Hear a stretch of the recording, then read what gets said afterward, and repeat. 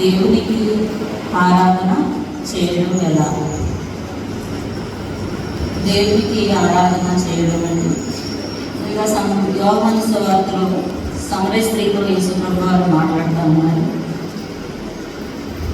వచనం చదివించండి. 4వ అధ్యాయము. అమ్మ, ఒక కాలం వచ్చుచున్నది, ఆ కాలమందు ఈ పర్వతము మీదనైనను యెరూషలేములోనైనను మీరు తండ్రిని ఆరాధింపరు. నా మాట నమ్ము. మీరు మీకు తెలియని దానిని ఆరాధించేవారు, మేము మాకు తెలిసిన దానిని ఆరాధించేవారు. రక్షణ యూదులలో నుండియే కలుగుచున్నది. అయితే యథార్థముగా ఆరాధించేవారు ఆత్మతోనూ సత్యముతోనూ తండ్రిని ఆరాధించే కాలము వచ్చుచున్నది, అది ఇప్పుడును వచ్చేయున్నది. తన్ను ఆరాధించేవారు అట్టివారే కావాలని తండ్రి కోరుచున్నాడు. దేవుడు ఆత్మ కనుక ఆయనను ఆరాధించేవారు ఆత్మతోనూ సత్యముతోనూ ఆరాధించవలెను. ఇక్కడ ఆత్మతో సత్యముతో ఆరాధించడం ఎలా? ఇక్కడ అక్కడ ఏదో ఒక వచనం ఉందని చెప్పేస్తాము. క్రైస్తవులైన ఎవరైనా సరే ఆత్మతో సత్యముతో ఆరాధన అని నోటితో చెప్పేస్తే అదే ఆరాధన అనుకుంటా ఉన్నారు. అలా చెప్పడమే ఆరాధన కాదు. మరి ఆరాధన అంటే ఒక బలితో దేవుణ్ణి ఆరాధించాలి. ఏంటి ఆ బలి అని మనం చూస్తే, మరి క్రీస్తు బలి ద్వారా తండ్రిని ఆరాధించడానికి తండ్రి అయిన యెహోవా ఒక మార్గాన్ని మనకి ఏర్పాటు చేశాడు. ఆ మార్గం ఎవరు అని నువ్వు ఎలా గుర్తించాలి అంటే, మరి యేసు ప్రభు యొక్క రొట్టె ద్రాక్షారసం, ఆయన శరీరము, ఆయన రక్తము త్రాగువాడే నిత్య జీవం గలవాడని దేవుని వాక్యం సెలవిస్తాము. మరి ప్రతి నెల కూడా మనము రొట్టె ద్రాక్షారసం తీసుకుంటూ ఉంటాము. అది సేవకులు చేస్తున్నారని మనం బాప్తిస్మం తీసుకున్నాం కదా, దీన్ని పూజించాలి అని తీసుకుంటున్నాం తప్ప ఒక స్పృహతో దానిని తీసుకోలేకపోతా ఉన్నాము. ఒక జ్ఞానయుక్తంగా దాన్ని మనం ఒక గ్రహింపుతో తీసుకోలేకపోతా ఉన్నాము. ఏదో సేవకులు ఇస్తున్నారు, మనం పూజిస్తున్నాం, బాప్తిస్మం తీసుకున్నాము, ఇది తీసుకోకపోతే బాగోదు అని తీసుకుంటున్నాం తప్ప మనుషులు మెప్పించడం కొరకు తీసుకుంటున్నాము. కానీ దానిలో ఉన్నటువంటి ఒక అవగాహన లేకుండానే దాన్ని మనం పుచ్చుకుంటా ఉన్నాం. మరి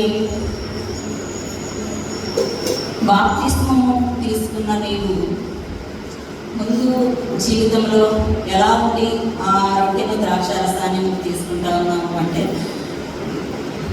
ప్రతి నెల తీసుకునే ముందు నెలంతా కూడా మనం అన్ని తప్పులు చేస్తూ ఉన్నాము, అపరాధాలు చేస్తూ ఉన్నాము, ఒక అబద్ధం ఆడుతూ ఉన్నాము. అవి చేసి మళ్ళా రొట్టె ద్రాక్షారసం తీసుకునే ముందు అన్నీ ఒప్పుకుంటే అది దేవునికి ఇష్టమైన బలి అవ్వదు. కానీ మరలా వచ్చే నెల మళ్ళీ తీసుకుంటా ఉన్నాము, మరలా తొలగిపోతూ ఉన్నాము, మళ్ళా దాన్ని కొనసాగిస్తూ ఉన్నాము. మరి అది దేవునికి తృప్తికరమైనది కాదు. ఆరాధన అంటే పాత నిబంధనలో దేవుడైన యెహోవా సెలవిచ్చిన మాట, ఆజ్ఞ ప్రతిదీ వాళ్ళు నెరవేర్చేవారు తూచా తప్పకుండా. అది ఛాయారూపంగా ఉన్నప్పటికీ కూడా వాళ్ళు ఎంతో అది వాళ్ళకి ఒక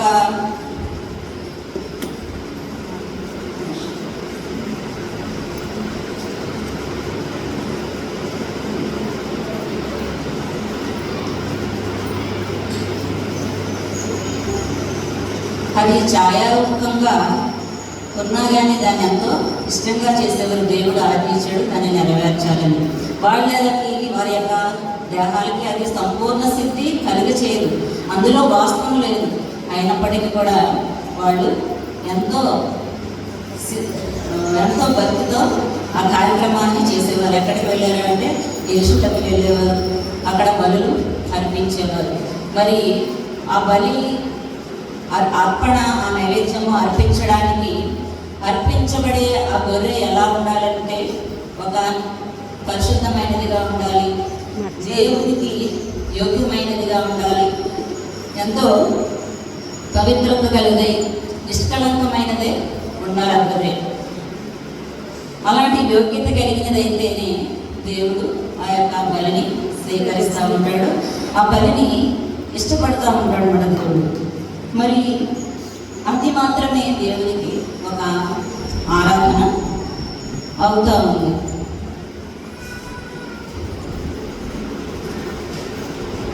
అదే గొర్రెకు బదులుగా మన పక్షాన మరి యేసు ప్రభు కూడా మన కొరకు, మన పాపముల కొరకు ఆయన సిలువలో బలయ్యాడు.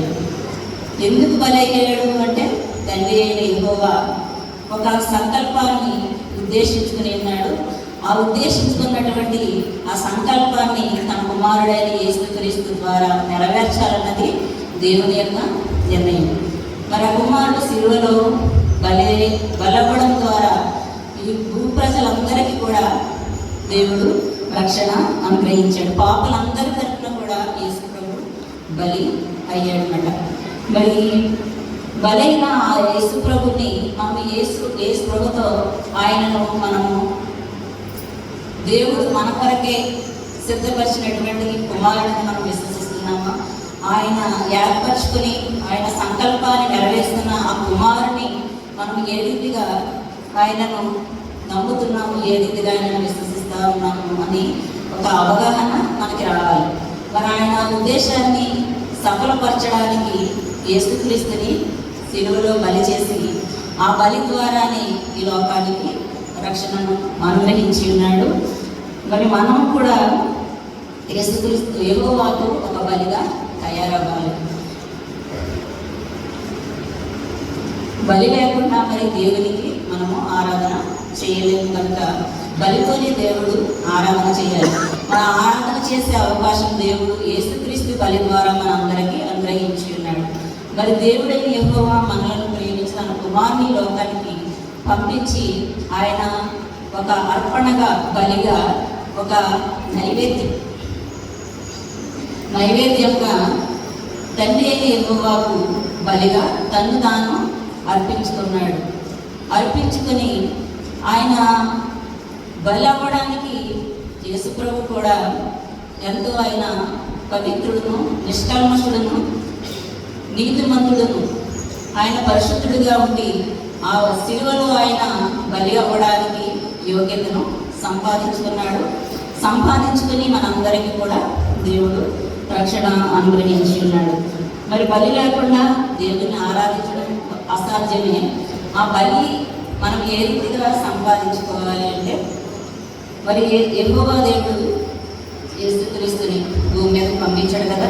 మరి ఆయన ఒక పేరుతో ఆయన పని అంతటినీ జరిగించడానికి యెహోవా యేసుక్రీస్తుని తన పని భారాన్నంతా యేసు ప్రభు మీద పెట్టి ఆ పని అంతటిని కూడా నెరవేర్చడానికి దేవుడు ఆయనను ఏర్పాటు చేసుకుని మరి యేసు క్రీస్తు అంటే దేవుని కుమారుడని మనము నమ్మి విశ్వసించాలని యోహాను సువార్తలో మనకి రాయబడి ఉంది. మనం చదువుతానే ఉన్నాము.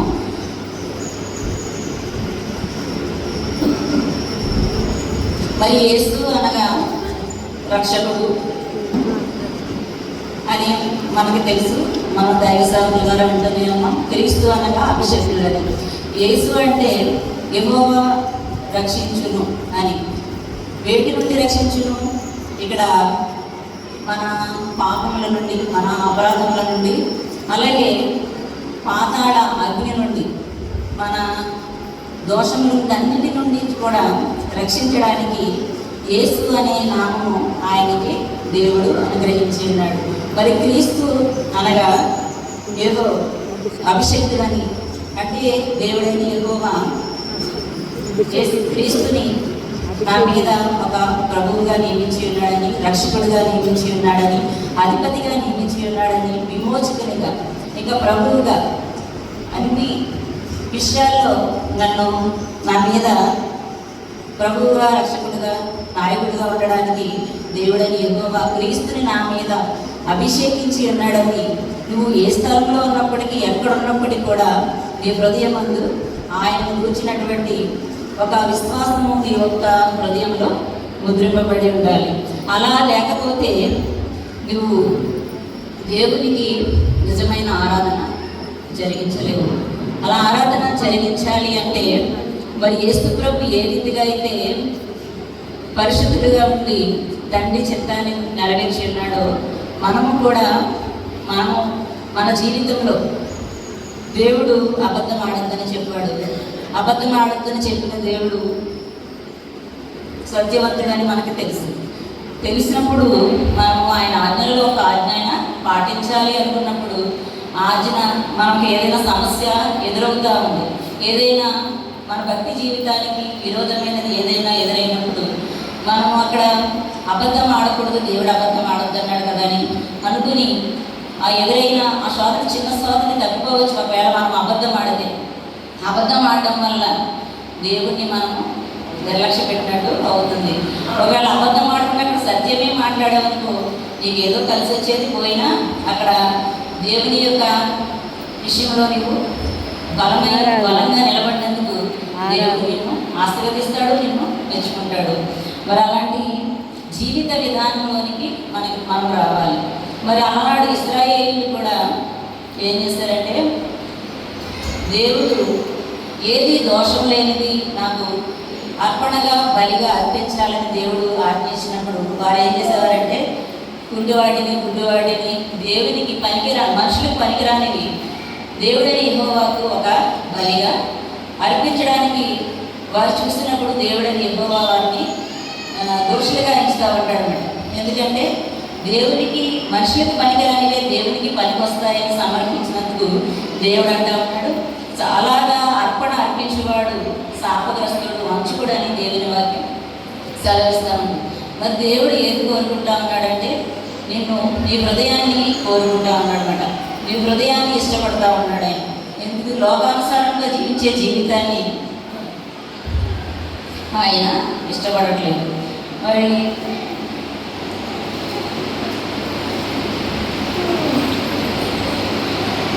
అదేవిధంగా మరి మత్తయి సువార్త నుంచి ప్రకటన గ్రంథం వరకు కూడా ప్రతిదీ కూడా దేవుడు ఆజ్ఞగా ఇచ్చాడనమాట. ఆజ్ఞలలో కుటుంబ విషయంలో మనం ఏ రీతిగా ఉండాలో అనే ఆజ్ఞ కూడా దేవుడు ఇచ్చాడు. అదేవిధంగా కుటుంబంలో భార్యాభర్తల మధ్య దేవుడు ఇచ్చిన విధులను ఏ రీతిగా మనం నిర్వహిస్తూ ఉన్నాము, ఏ రీతిగా నెరవేరుస్తున్నాము, అదేవిధంగా పిల్లలు తల్లిదండ్రుల మధ్య దేవుడిచ్చిన కట్టడలేంటి, విధులేంటి, వాటిని మనం నెరవేర్చగలుగుతున్నామా అనే విషయానికి మనమందరం వెళితే మనము అన్ని విషయాల్లో కూడా తొలగిపోతూ ఉన్నాము. దేవుని చిత్తాన్ని మనము నెరవేర్చలేక పోతూ ఉన్నాము. మరి దేవుడైన యెహోవా ఆరాధింపబడాలంటే నువ్వు కుటుంబ విషయాల్లో కూడా ఎంతో జాగ్రత్త కలిగి ఉంటేనే కానీ మరి దేవుడు నిన్ను ఇష్టపడడు. నువ్వు లోబడి జీవించినట్లయితే, నువ్వు విధేయత కలిగినట్లయితే దేవుడు నిన్ను ఆశీర్వదిస్తూ ఉంటాడు, తన బిడ్డగా నిన్ను అంగీకరిస్తూ ఉంటాడు అన్నమాట. అలా అంగీకరించినప్పుడు నీకు ఎంత ధన్యత. భూమి మీద ఈ యొక్క రొట్టె ద్రాక్షరసం తీసుకోవడానికి నువ్వు ఎలాంటి యోగ్యతలను సంపాదించుకుంటున్నావు. మరి యేసు ప్రభు సిలువలో బలికి ముందే తన జీవితాన్ని ఏ రీతిగా మలుచుకున్నాడు. ఆయన 33.5 సంవత్సరాలు కూడా భూమి మీద ప్రతిరోజు, ప్రతి క్షణం, ప్రతి సమయంలో కూడా ఆయన ఎంతో తండ్రికి నచ్చినట్టుగా ఆయన జీవించాడు. మరి మనము కూడా మన జీవితంలో అలా జీవించలేకపోతున్నాం. ఎందుకు అంటే మనకి లోకాశలు, ఎన్నో కోరికలు, ఎన్నో ఆలోచనలు కలుగుతూ ఉన్నామన్నమాట. మరి యేసు ప్రభువుకి అయితే అలాంటి కోరిక, అలాంటి ఆలోచనలు ఆయన హృదయంలోనికి రాకుండా ఆయన ఎంతగానో నీతిగా ఉండి ఎంతో పాపం లేనివాడుగా ఉన్నాడు. మనము కూడా అలాంటి పాపం లేని జీవితంతో దేవునికి ఒక అర్పణగా, నైవేద్యంగా, బలిగా అయిపోవాలి. యేసుప్రభు బలి మన బలితో పాటు మనము పరలోక రాజ్యాన్ని సంపాదించుకోగలం. దేవుడిచ్చే ఆ నిత్య జీవాన్ని పొందుకోవడానికి అర్హులుగా దేవుడు మనల్ని తీరుస్తాడనమాట. మరి అలాంటి జీవితాన్ని మనం ఎప్పటికీ చేరుకోగలుగుతూ ఉంటాము. అలాంటి జీవితాన్ని కలిగి ఉండకపోతే మనం చేసే భక్తి అంతా కూడా చాలా వ్యర్థంగా ఉంది. సేవకుడు ఎన్నో విషయాల్లో మనల్ని చాలా ప్రోత్సహిస్తూ ఉన్నారు. మంచి విషయంలో గ్రంథంలో చెప్పే ప్రతి మాటను కూడా వాళ్ళంతో మనకి వివరిస్తూ ఉన్నారు. వివరించిన విషయాన్ని ఎప్పటికప్పుడే మనం మర్చిపోతూ ఉన్నాం. దేవుడైన యెహోవా తన కుమారుడికి ఇచ్చిన ప్రతి పనిని కూడా ఆయన జరిగించి, మరి ఆయన తండ్రి కుడిపార్శ్వానికి ఏ రీతిగా అయితే ఆయన చేరగలిగాడో మరి మనం కూడా అదే ప్రకారం ఆయనకు విధేయులమై ఆయన రాజ్యవాసులుగా మనం అందరం కూడా ముద్రింపబడాలి అంటే, మనము కూడా పరలోక రాజ్యం చేరుకోవాలి అంటే మనము కూడా ప్రతి దినము ప్రతి క్షణము కూడా ఆయనకు ఒక బలిగా మనము అయిపోవాలన్నమాట. అలా అయితేనే కానీ దేవుని రాజ్యాన్ని మనము స్వతంత్రించుకోలేము. నీకు అలాంటి కోరిక, ఆలోచన కలిగి ఉన్నప్పుడు మాత్రమే మనము ఈ ప్రయత్నం చేయగలం. ప్రతి విషయంలో కూడా దేవునికి అవమానం కలగకుండా దేవుని చిత్తానుసారంగా జీవించాలనే ఆలోచన నీలో మొదట కలగాలి. అలా కలిగి ప్రార్థనా జీవితం కలిగి ఉంటేనే దేవుడు నీ యొక్క కోరికను సిద్ధింపచేస్తాడు. నీ ఆలోచన అంతటిని కూడా దేవుడు సఫలపరుస్తూ ఉంటాడు. మరి ఆ రొట్టె ద్రాక్షరసాన్ని కూడా తీసుకునే యోగ్యతను సంపాదించుకుంటేనే, మరి యేసు ప్రభు దగ్గరకు మొదట వెళితేనే తర్వాత తండ్రి యెహోవా దగ్గరికి చేరుకోగలిగే ఆ గొప్ప ధన్యత దేవుడు నీకు, నీ కుటుంబానికి అనుగ్రహిస్తూ ఉంటాడు అన్నమాట. ప్రతి విషయంలో మనము దేవుని పోలి నడుచుకోవాలి. మరి కుటుంబంలో పురుషుడు శిరస్సుగా ఉండాలి. ఆ యొక్క ఆధిపత్యంలో కుటుంబం అంతా నడవాలని దేవుని వాక్యం సెలవిస్తూ ఉంది. కానీ కుటుంబంలో పురుషులు శిరస్సులుగా ఆడవాళ్ళే ఉండనివ్వరు. మరి ఎందుకు అక్కడ దేవుని వాక్యాన్ని మనం వ్యతిరేకిస్తూ ఉన్నాము? దేవుని వాక్యానికి విరోధంగా జీవిస్తూ ఉన్నాము. దేవుని మాట ప్రకారం నేను నడుచుకుంటున్నాను అంటే అక్కడ నీ భర్తని నువ్వు శిరస్సుగా కలిగి ఆయన చెప్పే ప్రతి మాటకు లోబడడానికి నీ హృదయాన్ని నువ్వు సిద్ధపరచుకోవాలి. అలా సిద్ధపరచుకోలేనంత కాలం నీ కుటుంబంలోనే నువ్వు గెలవలేకపోతే మరి దేవుని దగ్గర ఏ రీతిగా నువ్వు గెలవలేవు. అలా గెలవాలి అంటే నువ్వు ఆయన స్థానం దగ్గర నువ్వు నిలవబడే యోగ్యతను సంపాదించుకోవాలి అంటే అన్ని విషయాల్లో నువ్వు లోబడి ఉండాలి. అలా లోబడినంత కాలం కూడా దేవుడు నీకు రక్షకుడుగా ఉండడు. నీ మీద ఆయన ఏలుబడి చేయడు. నువ్వు ఆయన నుండి వేరైపోతా ఉన్నావన్నమాట. ఆ వేరులో నువ్వు తుచ్చివేయబడతా ఉన్నావు. మరి దేవునిలో ఫలించి అభివృద్ధి పొంది మండుగట్టబడాలి అంటే నువ్వు బహుగా ఫలించడం వల్లనే దేవుడు సంతోషిస్తూ ఉన్నాడు. అలా సంతోషించాలి అంటే నువ్వు ఈ లోకానుసారంగా కాక దేవుని వాక్య ప్రకారం నడవడానికి నువ్వు చాలా కృషి చేయాలి. కృషి చేయడమే కాదు, ప్రార్థనా జీవితంలో ఎక్కువ గడపడానికి ప్రయత్నం చేయాలి. అలా ప్రయత్నం చేసినప్పుడు దేవుడు మిమ్మల్ని కుటుంబాలను కూడా ఎంతగానో ఆశీర్వదిస్తూ ఉన్నాడు. విన్న వాక్య ప్రకారం మన కుటుంబాలను కట్టుకునే జ్ఞానాన్ని ఇమ్మని దేవుని సన్నిధిలో వేడుకోవాలి. ఎన్నో విషయాలు మనము 1-2 సంవత్సరాలు కదా, ఎన్నో సంవత్సరాలుగా కనీసం 20-25 సంవత్సరాలుగానే దేవుని వాక్యాలను వింటా ఉన్నాము. అదేవిధంగా శ్యామ్ గారి వాక్యం అయితే ఒక 15 సంవత్సరాలుగానే వింటా ఉన్నాము. చాలా విషయాలు మనకి నేర్పారు. మరి విన్న ఒక్కొక్క మాటను మనము పాటించగలిగినట్లయితే ఒకవేళ దేవుని రాకడ ఇప్పుడే వస్తే ఏమో మన చేసే భక్తిని బట్టి దేవుడు మనకి ఆయన రాజ్యంలో స్థానాన్ని ఇస్తాడేమో. మరి ఒకవేళ మనం ఇంకానూ లోకంలోనే జీవిస్తూ ఉంటే దేవుని యొక్క ఉగ్రతకు మనందరం కూడా గురవుతూ ఉంటాము. దేవునిని ఆరాధించాలంటే యథార్థమైన హృదయంతో నీతి భక్తి కలిగి పరిశుద్ధమైన ప్రవర్తన కలిగి ఉన్నప్పుడు మరి దేవుని రాజ్యంలో ఒక స్థానాన్ని సంపాదించుకోగలుగుతావు. మరి ఆ రొట్టె ద్రాక్షరసాన్ని పొందుకోగలిగితే నువ్వు నిత్య జీవానికి వారసుడిగా అవుతావు. అలాంటి జీవిత విధానాన్ని మనం అందరం కలిగి నడుచుకోవాలని కోరుతూ మరి కొద్ది మాటలు దేవుడు దీవించి ఆశీర్వదించును గాక.